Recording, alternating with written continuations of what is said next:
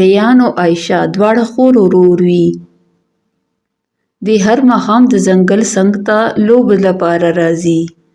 د دې کلی د ځنګل څنګ کې وي او دی اکثر د ماښام په وخت کې هلته لوبې کولې. خو نن دې سره څه عجیبه وشول. دی په لوبو کې دومره اخته شول چې احساس یې ونه کړل چې دی دواړه ځنګل ته دننه لاړو.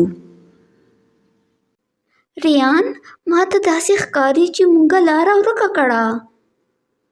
عایشه په یرې سره وویل. فکر مه کوه عایشه، زه به لاره پیدا کړم. ریان هغې ته ډاډګیرنه ورکړه خو له دننه هغه هم اندېښمن و. په ځنګل کې ډېره زیاته خاموشي وه او دې د خپو غږونه صفا اورېدل شول. ناڅاپه دوی ته داسې ښکاره شوه لکه څوک چې دې تعقیب کوي. دې دواړه ودرېدل او شاته یې وکتل خو هیڅوک هم نه و. عایشه موږ ته دلته نه زر تر زره وتل پکار دی. ریان په ټینګتیا وویل او دواړه بیرته روان شول. خو د خپو غږونه لا هم دې شاته روان وو. نو دې هلته نه په منډه منډه باندې بهر وتل او دې دواړو ناڅاپه چغې کړې.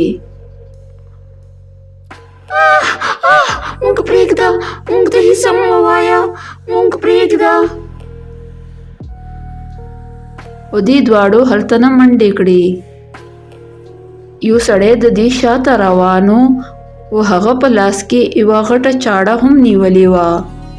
نو ریان او عایشه په چغو چغو مخکې ته منډې وهلې او د ځنګل نه بهر ووتو. خو یوه شېبه پس دې یو بل کلي ته ورسېدل. دې ته پته ولګېده چې دا د دې د ماما خان کلی دی. عایشه داسې خو زه پیژنم، دا خو زمونږ د ماما خان کلی دی. زه اکثر دلته خپلو ملګرو سره لوبو ته راځم. یا الله ډېر زیات شکر دی د تا چې مونږه د هغه مصیبت نه راووتو. راځه ریان زر راځه چې مونږه خان مامو ته د ټوله کیسه تېره کړو او هغې نه مرسته وغواړو. راځه. دې دواړه خان مامو ته لاړ شي.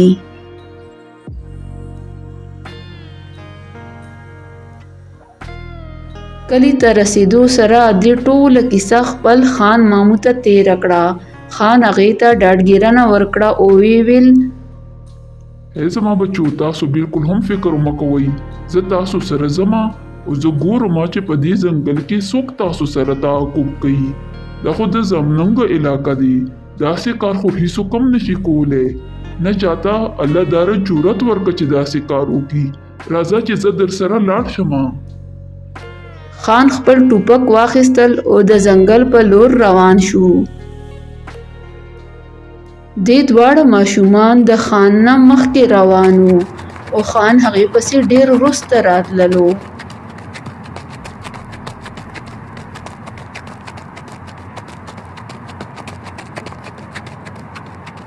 نو هماغه سړی بیا د هغې په تعقب کې شو.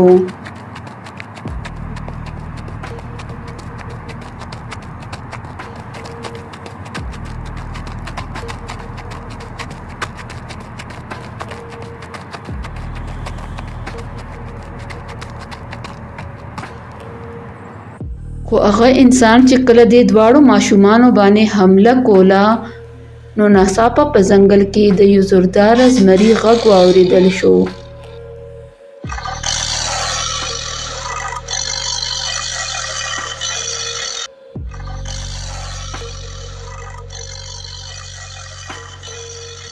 او هغه زمري همغه سړي باندې حمله وکړه چې کوم د ریان او عایشه مړولو ته راتللو.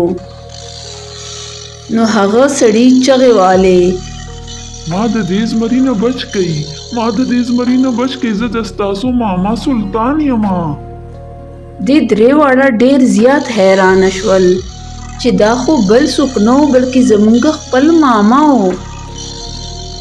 ریان او عایشه په ډېرې بهادرۍ سره اوچت غږ کې آوازونه شروع کړل چې هغې سره زمری ویریدل او هلته نه وتښتېدو.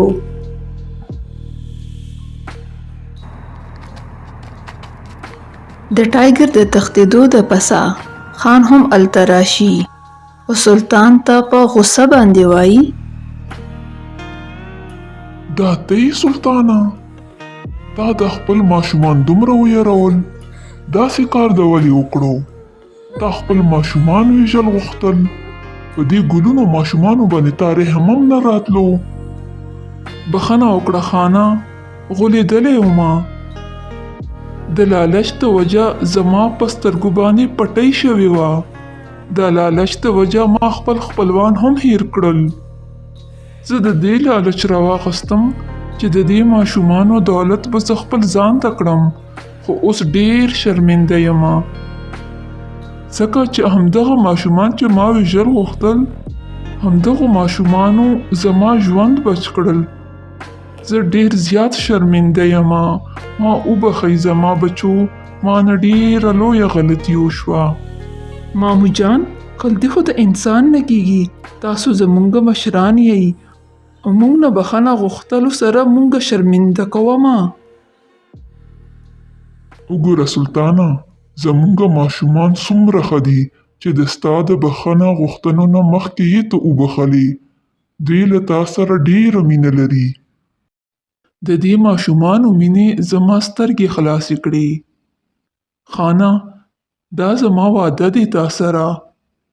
په دې ماشومانو باندې هر راتلونکې ستونزه به زه په خپل ځان واخلمه، خو دې ته به زه هیڅ زیان رسونو ته پرېنږدمه. او بیا دې ټول یو ځای ډېر په خوشحالۍ سره خپل کور ته واپس راځي. که تاسو دا ویډیو خوښه شوې وي نو دا لایک کئ، زما چینل ایول سټوریز پښتو سبسکرایب کئ او بیل آیکن ضرور دباو کئ. د ویډیو کتنو ډېره مننه.